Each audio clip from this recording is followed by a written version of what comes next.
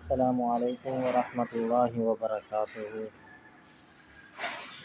کبھی کبھی جو انسان چاہ رہا ہوتا ہے ویسا اس لیے بھی نہیں ہوتا کہ ممکن ہے جب اس کو اپنی خواہش کی چیز مل جائے تو وہ دنیا میں مگن ہو جائے اور اللہ سے دور ہو جائے۔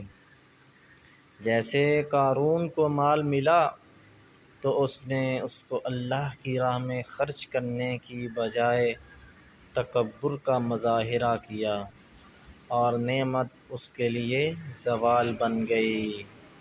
انسان کو لگتا ہے کہ فلاں چیز میرے لیے نعمت ہوگی، لیکن وہی زحمت بن جاتی ہے، چاہے انسان کو وہ چیز کتنی ہی اچھی کیوں نہ لگتی ہو۔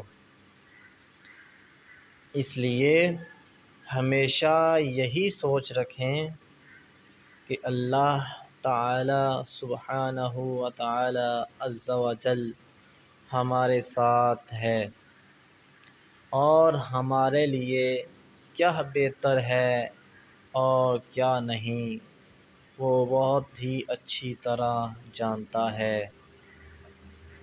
اللہ پاک ہمارے لیے آسانیاں پیدا فرمائے، کیونکہ وہ کسی کو اکیلا نہیں چھوڑتا، وہ کچھ بھی نہیں بھولتا۔